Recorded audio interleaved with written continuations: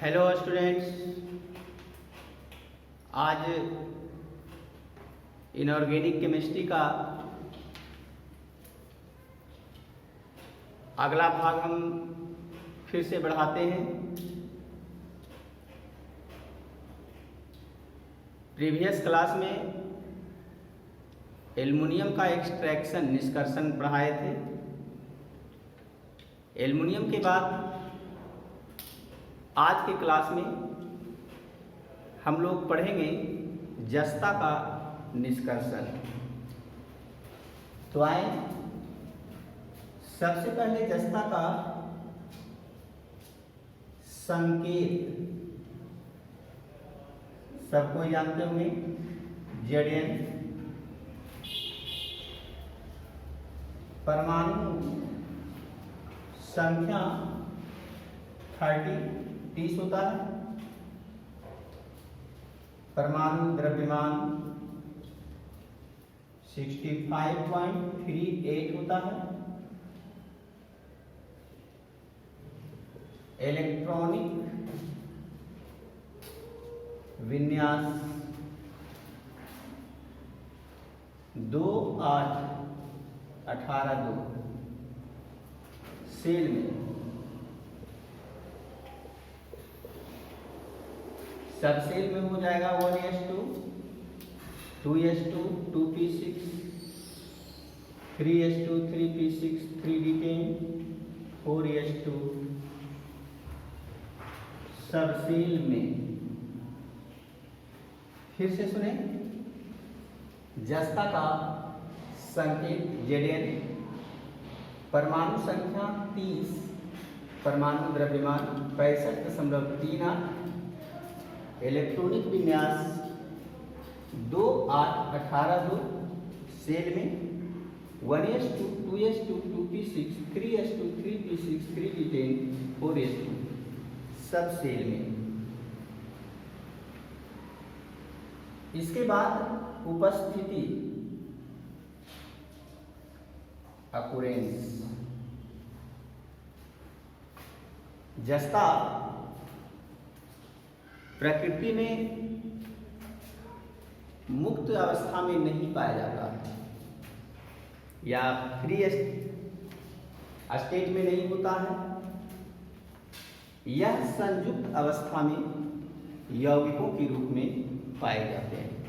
ध्यान से देखेंगे, जस्ता मुक्त अवस्था में नहीं पाया जाता है परंतु संयुक्त अवस्था में यौगिकों के रूप में पाए जाते हैं। इसका प्रमुख अयस्क इम्पॉर्टेंट ओर्स फर्स्ट है जिंक ब्लेंड ZnS। पूर्व में भी इसको पढ़ाए हैं। सबसे इंपॉर्टेंट एस है जस्ता का जिंक ब्लेंड। ऑब्जेक्टिव क्वेश्चन में भी देता है जिंक ब्लेंड किसका एस है या जिंक ब्लेंड का फॉर्मूला पूछ सकता है। Second number calamine. कैलेमाइन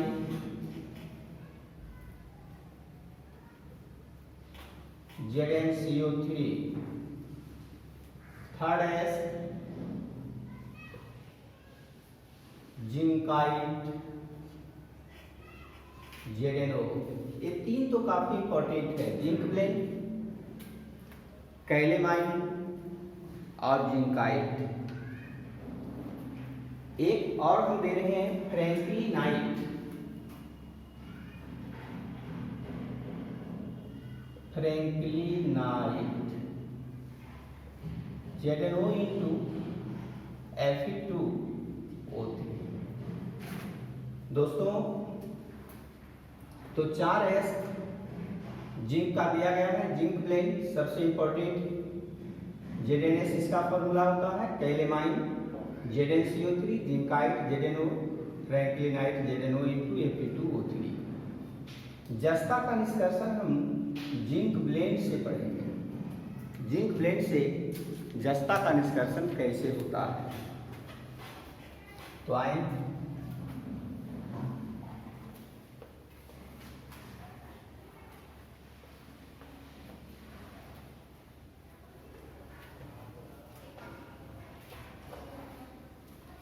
आगे हेडिंग देखें,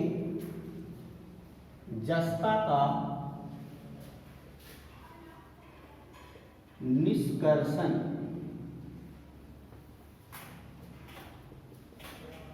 एक्सट्रैक्शन ऑफ जिंक। ध्यान से सुनेंगे, जस्ता का निष्कर्षण जिंक ब्लेंड नामक अयस्क से होता है। इसके निष्कर्षण के लिए निम्नांकित चरण अपनाए जाते हैं। फर्स्ट चरण में हम देंगे अयस्क का सांद्रण। अयस्क का सांद्रण कंसेंट्रेशन ऑफ ओर्स। यहां समझने की बात है, जस्ता धातु का निष्कर्षण जिंक ब्लेंड अयस्क से किया जाता है सबसे अधिक मात्रा में। इसके लिए सबसे पहले जिंक ब्लेंड अयस्क का सांद्रण करते हैं। क्या करेंगे? इसका सांद्रण करते हैं। जिंक ब्लेंड सल्फाइड अयस्क है और आपको पता है सल्फाइड अयस्क का सांद्रण फेन पल्लवन विधि द्वारा होता है। फेन पल्लवन विधि द्वारा। तो इसमें मात्र हम दो पंक्ति लिखेंगे, दो लाइन लिखेंगे कि जिंक ब्लेंड अयस्क का सांद्रण करने के लिए इसमें उपस्थित मिट्टी के टुकड़े, पत्थर के टुकड़े इत्यादि को हटाकर फेन उत्प्लावन विधि द्वारा या फेन पल्लवन विधि द्वारा सांद्रण कर लिया जाता है। ध्यान देंगे तो सांद्रण के लिए हम इसका फेन उत्प्लावन विधि का इस्तेमाल करेंगे। पॉइंट नंबर 2, जारन रोस्टिंग। सेकेंड स्टेप इसका रोस्टिंग होता है। रोस्टिंग में आप पढ़े थे कि सांद्रित अयस्क को जब हवा की उपस्थिति में उसके द्रवणांक से नीचे टेम्परेचर पर गर्म किया जाता है तो धातु के ऑक्साइड प्राप्त होते हैं। तो इसमें सांद्रित अयस्क जिंक ब्लेंड का है। तो एक भट्ठी में हवा की पर्याप्त मात्रा में 373 केल्विन तापक्रम पर, कितना तापक्रम रहेगा? 373 केल्विन। इस तापक्रम पर जिंक ब्लेंड को गर्म करते हैं, सांद्रित अयस्क को गर्म करते हैं, जिसके फलस्वरूप जिंक ऑक्साइड प्राप्त होता है। तो इसका इक्वेशन देखिए, 2ZnAs प्लस 3O2। यहां जारन की क्रिया होगी हवा का पर्याप्त मात्रा में। 2 बनेगा क्या? 2ZnO plus 2SO2। Zinc oxide बनता है। तो बच्चों सांद्रित अयस्क ये था, हवा की पर्याप्त मात्रा में 373 केल्विन टेम्परेचर पर जब इसको गर्म करते हैं, जारित करते हैं, तो देखिए जिंक ऑक्साइड प्राप्त हुआ है। जारन में ऑक्साइड प्राप्त होता है धातु का। थर्ड नंबर अपकरण रिडक्शन। अब क्या करना है, जिंक ऑक्साइड का, ये जो जिंक ऑक्साइड प्राप्त हुआ है इसका अपकरण मिट्टी से बना एक भट्ठी में किया जाता है। उस भट्ठी को रिटॉर्ट कहा जाता है। मिट्टी के बने भट्ठी को रिटॉर्ट कहा जाता है। इसमें जिंक ऑक्साइड को कोक के साथ मिश्रित करके गर्म किया जाता है। जिंक ऑक्साइड को कोक के साथ देखिए मिश्रित किया गया है। जिंक ऑक्साइड है, कोक है, तो जस्ता और कार्बन मोनोऑक्साइड बनता है। कार्बन मोनोऑक्साइड वायुमंडल में मुक्त होता है और यहाँ पर जस्ता प्राप्त होता है। प्राप्त जस्ता को संघनक में संघनित कर लिया जाता है, स्टोर कर लेंगे, जिसमें कुछ अशुद्धियां भी प्राप्त उपस्थित होते हैं। ऐसे अशुद्ध जस्ता को स्पेल्टर कहते हैं। स्पेल्टर कहा जाता है। फिर से सुने, जारित अयस्क को अर्थात जिंक ऑक्साइड को मिट्टी से बने एक भट्ठी में, उस भट्ठी का नाम रिटॉर्ट है, कोक के साथ मिश्रित करके, देखिए कोक है, कोक के साथ मिश्रित करके जब गर्म किया जाता है तो जस्ता का निर्माण होता है, जो संघनित अवस्था में संघनक में एकत्र होता है। और इसमें जस्ता के अतिरिक्त कुछ अशुद्धियां होती है। ऐसे अशुद्ध जस्ता को स्पेल्टर कहा जाता है। स्पेल्टर। Point number 4,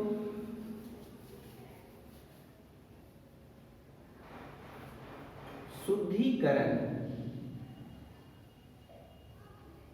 purification.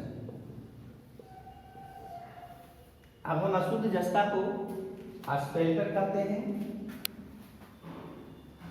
इसमें लगभग 98% जस्ता होता है और 2% अशुद्धि के रूप में लेड, पीडी, Fe लोहा, iron, Cd cadmium, As arsenic, Asi silicon, ये सब अशुद्धियां पाए जाते हैं। तो 98% स्पेल्टर में जस्ता होता है और 2% अशुद्धियों में lead, iron, cadmium, arsenic, silicon इत्यादि पाए जाते हैं। इसका शुद्धिकरण या तो आंशिक श्रवण विधि से करते हैं, आंशिक श्रवण विधि से,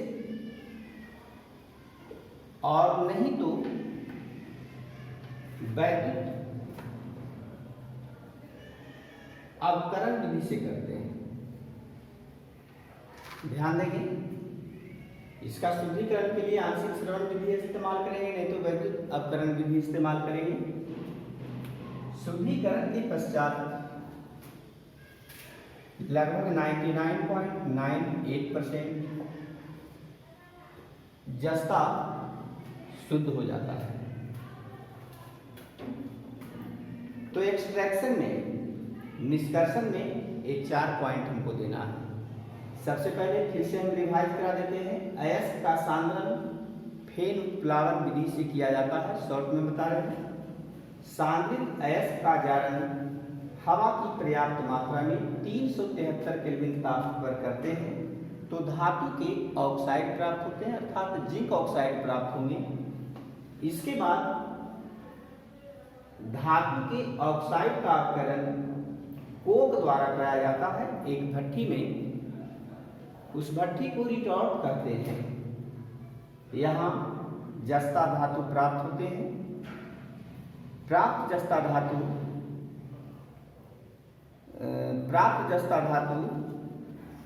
में कुछ अशुद्धियां पाए जाते हैं जिसे स्पेल्टर, अशुद्ध जस्ता को स्पेल्टर कहा जाता है। 4th नंबर में इसका शुद्धिकरण किया जाता है।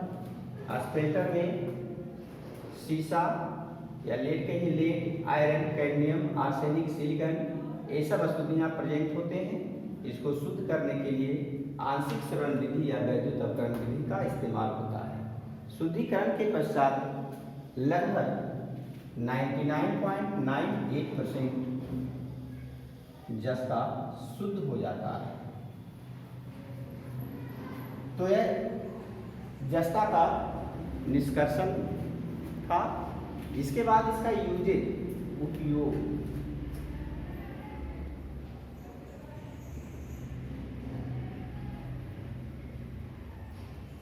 कभी कभी एग्जाम में जस्ता के 2 उपयोग लिखने के लिए आता है निष्कर्षण के साथ।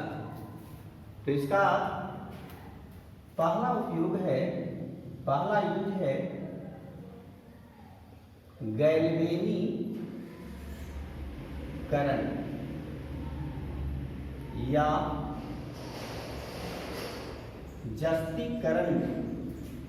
जस्तीकरण का मतलब होता है, गैल्वेनीकरण का मतलब होता है लोहा की सतह को संरक्षण से रोकने के लिए, लोहा की सतह को सुरक्षा प्रदान करने के लिए उस पर जस्ता की परत चढ़ा दिया जाता है। माने लोहे के बाहरी सतह पर जस्ता की परत चढ़ा देना ही गैल्वेनीकरण या जस्तीकरण कहलाता है। तो यहाँ फर्स्ट यूज हो जाएगा गैल्वेनीकरण या जस्तीकरण में। सेकेंड यूज मिश्र धातुओं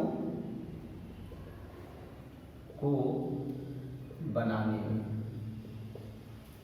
जैसे एग्जाम्पल के तौर पर बता देते हैं, पीतल एक मिश्र धातु है, इसका निर्माण कॉपर और जस्ता से होता है। जस्ता यहाँ आया है। कांसा एक मिश्र धातु है, इसका निर्माण कॉपर और टीन से होता है।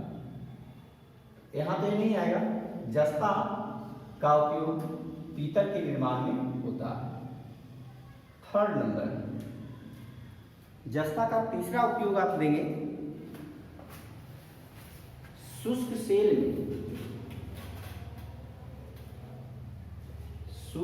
सेल में इलेक्ट्रोड बनाने में। इलेक्ट्रोड का अर्थ होता है एनोड एवं कैथोड बनाने में। इसका उपयोग एनोड बनाने में भी होता है, कैथोड बनाने में भी होता है। और एक और यूज, सोना और चांदी के निष्कर्षण में जस्ता उपयोगी होता है साइनाइड विधि द्वारा। साइनाइड विधि से सोना एवं चांदी के निष्कर्षण में। तो आप जस्ता के बारे में पूरी जानकारी ले लिए होंगे। इसी के साथ आज का क्लास समाप्त होता है। फिर नेक्स्ट क्लास में आपसे मिलेंगे। इसको प्रिपेयर्ड जरूर करेंगे और पढ़ाई करने के बाद कमेंट बॉक्स में कमेंट अवश्य करें। थैंक्स।